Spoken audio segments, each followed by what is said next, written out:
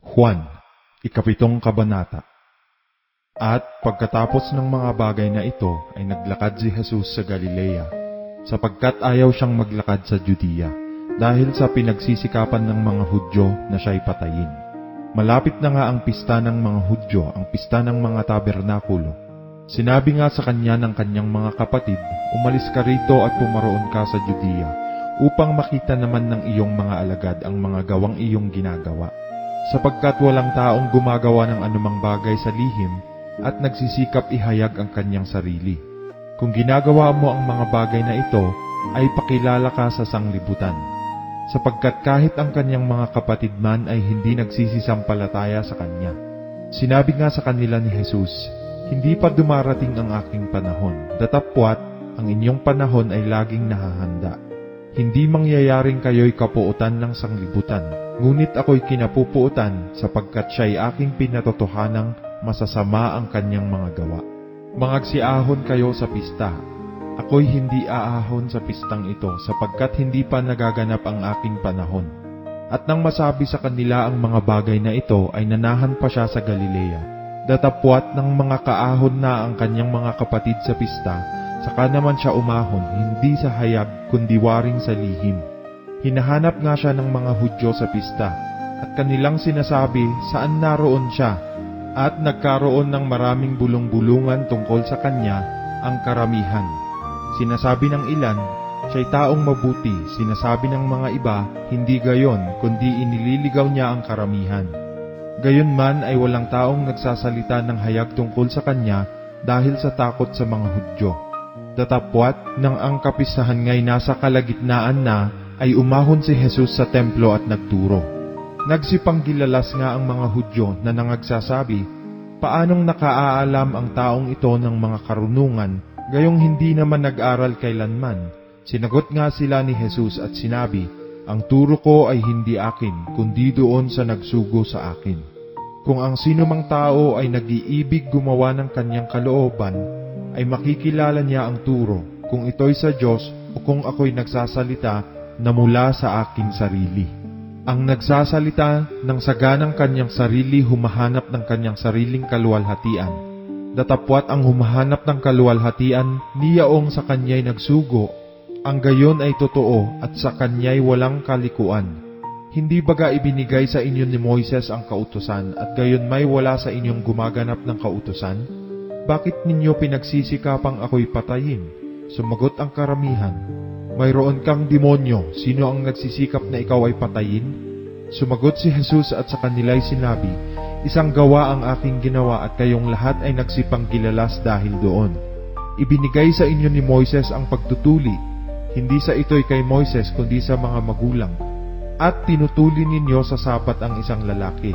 Kung tinatanggap ng lalaki ang pagtutuli sa Sabat upang huwag labagin ang kautusan ni Moises, nangagagalit baga kayo sa akin dahil sa pinagaling kong lubos ang isang tao sa Sabat?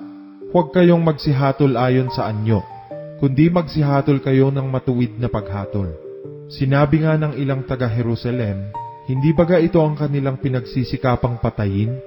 At narito, siya'y hayag na nagsasalita at walang anumang sinasabi sila sa kanya, na pagkikilala kayang tunay ng mga pinuno na ito ang Kristo? Gayon man ay nakikilala namin ang taong ito kung taga saan siya. Datapwat pagparito ng Kristo, sino may walang makakaalam kung taga saan siya." Sumigaw nga si Jesus sa templo na nagtuturo at sinasabi, "Ako'y inyong nakikilala at nalalaman din naman ninyo kung taga saan ako. At hindi ako naparito sa aking sarili, datapwat ang nagsugo sa akin ay tunay na hindi ninyo nakikilala. Siya'y nakikilala ko sapagkat ako'y mula sa kanya at siya ang nagsugo sa akin." Pinagsisikapan nga nilang siya'y hulihin at walang taong sumunggab sa kanya sapagkat hindi pa dumarating ang kanyang oras. Datapwat sa karamihan ay marami ang nagsisampalataya sa kanya. At kanilang sinasabi, pagparito ng Kristo ay gagawa pa baga siya ng lalong maraming tanda kaysa mga ginawa ng taong ito? Nangarinig ng mga Fariseo ang bulong-bulungan ng karamihan tungkol sa kanya, at nangagsugo ang mga pangulong saserdote at ang mga Fariseo ng mga punong kawal upang siya'y hulihin. Sinabi nga ni Jesus, "Makikisama pa ako sa inyong sangdaling panahon at ako'y paroroon sa nagsugo sa akin. Hahanapin ninyo ako at hindi ako masusumpungan, at kung saan ako naroroon ay hindi kayo makaparoroon. Ang mga Hudyo nga'y nangagsang usapan, saan paroroon ang taong ito na hindi natin siya masusumpungan? Siya kaya'y paroroon sa nagsisipangalat sa gitna ng mga Griego at magtuturo sa mga Griego? Ano ang salitang ito na kanyang sinabi? Hahanapin ninyo ako at hindi ninyo ako masusumpungan, at kung saan ako naroroon ay hindi kayo makaparoroon.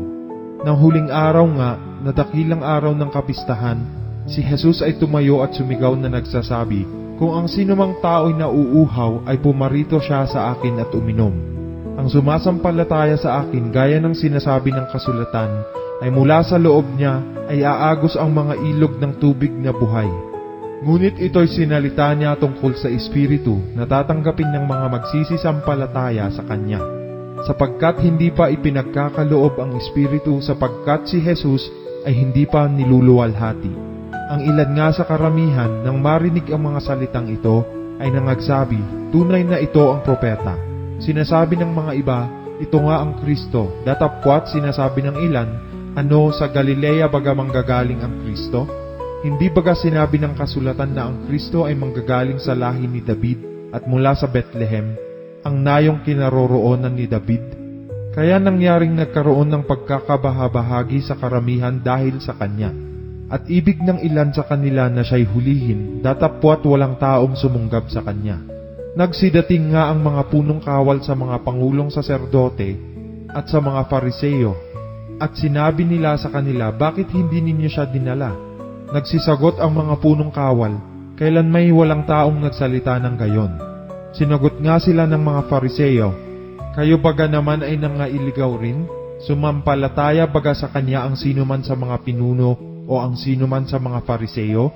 Datapwat ang karamihang ito na hindi nakaalam ng kautusan ay sinumpa.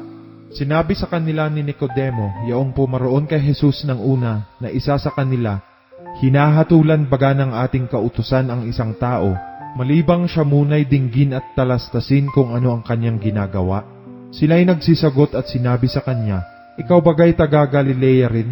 Siyasatin mo at tingnan mo na sa Galilea ay walang lumitaw na propeta. Ang bawat tao'y umuwi sa kani-kanyang sariling bahay.